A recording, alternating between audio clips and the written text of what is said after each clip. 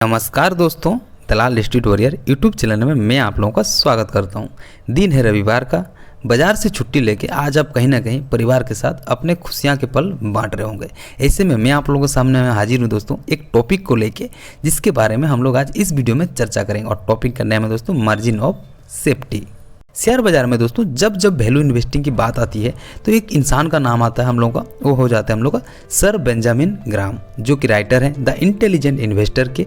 And अगर बात करेंगे इन्हीं के किताब मार्जिन ऑफ सेफ्टी का परिचय करवाए थे इन्होंने चैप्टर 20 में द इंटेलिजेंट इन्वेस्टर में। तो सर बेंजामिन ग्राहम का कहना है कि जो मार्जिन ऑफ सेफ्टी है ऐसा नहीं है कि हम लोग सिर्फ और सिर्फ शेयर मार्केट में यूज करते हैं, ऑफकोर्स इसको हम लोग डेली लाइफ में भी यूज करते हैं। जैसे कि अगर आप कहीं पर एग्जाम देने जा रहे हैं, वहाँ पर टाइम है हम लोग का 10 बजे का, और आप जो है वहाँ पर पहुँचने का जो मिनिमम टाइम रखते हैं करीबन 9:40 का। ये जो 20 मिनट आप हाथ में रख के चलते हैं, ये हो जाता है हम लोग का मार्जिन ऑफ सेफ्टी। दूसरा एग्जाम्पल ले लेते हैं, जैसे कि मंथली एक्सपेंसेस के लिए आप हर महीना 10,000 रुपीज़ अपना कमाई से अलग करके रखते हैं।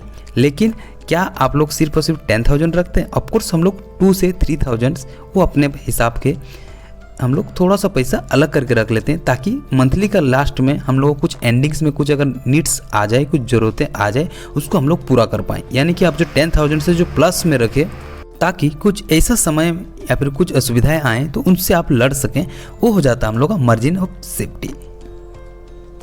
ग्राहम सर का कहना है कि जो मार्जिन ऑफ सेफ्टी है सिर्फ और सिर्फ शेयर मार्केट में नहीं, हर फील्ड में यूज किया जाता है। जैसे कि बात करेंगे अगर हम लोग इंजीनियरिंग का, एक पुल जब इंजीनियर्स डिजाइन करते हैं, अगर उसका मैक्सिमम 2 टन का बनाया जाता है तो ऑफकोर्स इंजीनियर्स जो है उसको थोड़ा सा डिजाइन थोड़ा सा ऊपर करते हैं। यानी कि अगर 2 टन का मैक्सिमम रखा जाता है तो 4 टन का हम लोग उसको बनाने का, उसका फिर डिजाइन करने का सोचते हैं, ताकि इन केस अगर कोई हम लोग को ऐसी सिचुएशन आए जहाँ पर उस पुल से हम लोग को 2 टन की बजाय हम लोग को 3 से 4 टन भी लेने का, हम लोग ट्रक पास करने का उम्मीदें रख सकें।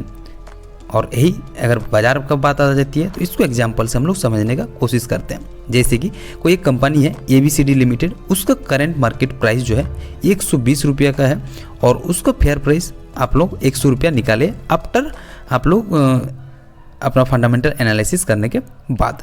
लेकिन आपने उसको 80 रुपये में बाय किया, और ये जो 20% या फिर 20 रुपया आपने बचत किया, ये हो जाता है आप लोगों का मार्जिन ऑफ सेफ्टी।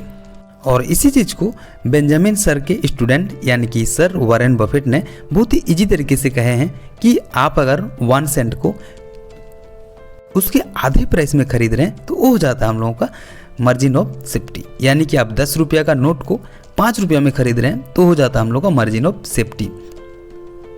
लेकिन बात जब आ जाता है आपके और हमारे, मेनली 2 टाइप के इन्वेस्टर होते हैं, एक जो बहुत ज़्यादा रिस्क लेते हैं और एक जो थोड़ा सा कम लेते हैं। हम उसको बोलते हैं कंजर्वेटिव, यानी कि वो अपने जो इन्वेस्टमेंट है उसमें थोड़ा सा कम ही रिस्क लेना चाहते हैं, तो उनका जो मार्जिन ऑफ सेफ्टी है वो थोड़ा सा हम लोग का ज़्यादा रहेगा, लो रिस्क में। और बात आ जाती है अगर मॉडरेट का, तो मॉडरेट यानी कि थोड़ा सा रिस्क को हम लोग ज़्यादा लेना चाहते हैं, तो उनका जो मार्जिन ऑफ सेफ्टी है वो हो जाता है हम लोग का थोड़ा सा कम।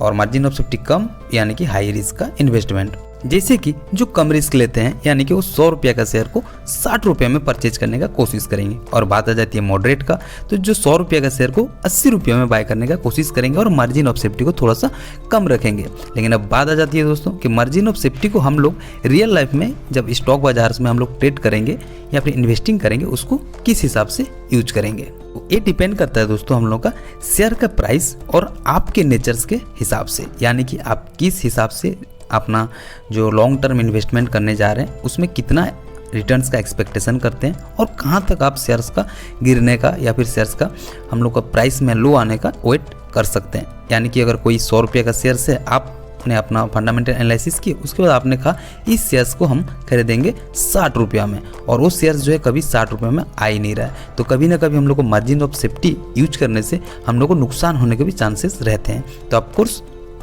मार्जिन ऑफ सेफ्टी जो है सिचुएशनल पे चेंज होता है, और मार्जिन ऑफ सेफ्टी जो है हम लोग एक वैल्यू इन्वेस्टिंग में बहुत ही ज़्यादा इंपॉर्टेंस होता है। ये था दोस्तों मार्जिन ऑफ सेफ्टी का टॉपिक्स। आई होप आप लोगों को चीज़ें हम क्लियर कर पाएँ। फिर भी कोई चीज़ छूट जाता है तो आप लोग कमेंट सेक्शन में कमेंट्स करें, आप लोगों को डाउट्स क्लियर जरूर किया जाएगा। वीडियो कुछ अलग लगा है, आप लोगों को दिल को छुआ है तो ऑफकोर्स एक लाइक करें और अपने दोस्तों के साथ शेयर करें।